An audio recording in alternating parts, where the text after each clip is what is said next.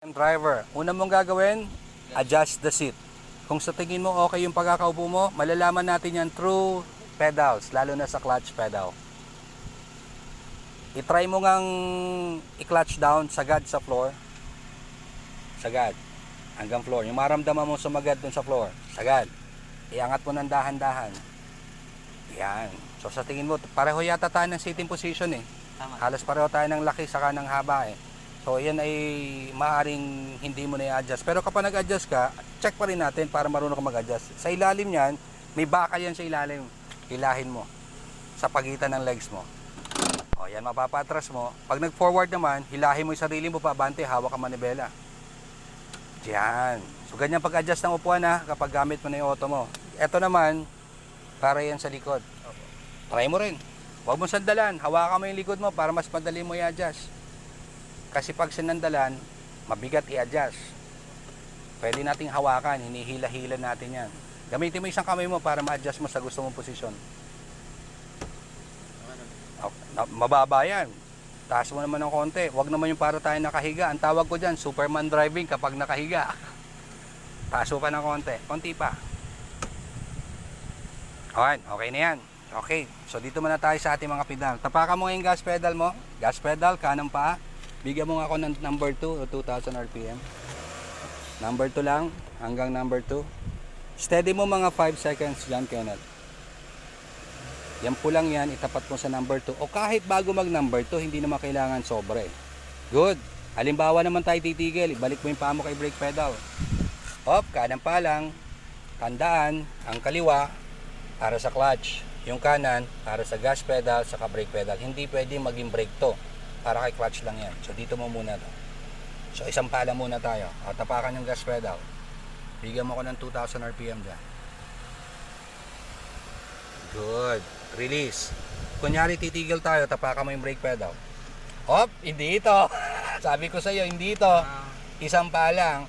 Kanang paa ang trabaho, brake and gas. Ito, pang clutch lang to. Dyan. Okay, balik. Tapakan mo yung gas pedal.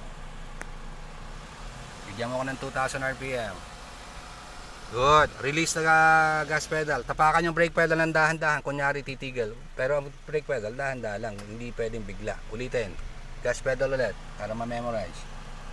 2,000 RPM dyan sa ating RPM. Steady mo mga 5 seconds. Good. Release ng ating gas pedal. Tapak sa brake pedal. Ang dahan-dahan. Kunyari titigil. Okay. O ngayon naman, kunyari tayo magpapalit ng cambio, clutch down. Kaliwa naman yun, clutch down, sagad, to the floor. Naipasok mo na kunyari yung gear natin, iangat mo nga ng dahan-dahan, lalo na sa first gear. Dahan-dahan angat. Tapos bilang tayo 3 seconds, 3, 2, 1, release, gradual. Okay. Okay tayo sa ating pedal ha, hindi pwede malito yan ha. Yung kaliwa sa clutch, yung kanan kay brake and gas. Manibela naman tayo dyan, Kenneth. Nakahawak ka ngayon 9 o'clock and 3 o'clock position. Kunyari may iniiwasan ka dun sa right side, baka tumama yung right side natin sa isang bagay dyan. I-tilt mo na konti, ikabig mo manibela mo ng kaliwa. Sige nga, kabig mo ng kaliwa. Dagdagan mo, parang iyan, kabig. Tapos balik mo sa straight. Nakaiwas ka na kunyari. Balik mo sa straight. Ano ba yung straight? O yan ang straight. Halimbawa, mayroon kang iniiwasan sa left side. Kabig mo yung manibela mo sa right. Tilt ka ng right. Okay, balik sa straight. Yan naman depende sa kondisyon ng kalsada natin. Pwede natin dagdagan kapag kulang. Dito naman tayo sa turning left, turning right. Habang tayo nakahinto, practice na muna po ito. Ikuti mo yung manibela mo all the way to the left. Sagad. Hand over hand. Sagad. Sige, sagad. Hanggang mag-lock. Okay. Tapos balik mo sa straight dyan, Kenneth. Isa. Dalawa. Dapat may kabilisan. Hindi dapat slow motion. Okay. Try mo naman sa right. Sagad. Isa. Mabilis. Dalawa hanggang mag-lock. Ibalik mo sa straight. Isa. And dalawa. Okay. Bilisan natin. Left. Sagad. Straight. Good. Right. Sagad.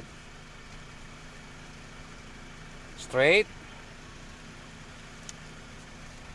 Okay, yan ang hand over hand. Pero siyempre first day pa lang to, dugay na. Marami pang mangyayari. Mababago pa natin yan. Kaya ako ililipat na po sa driver's side.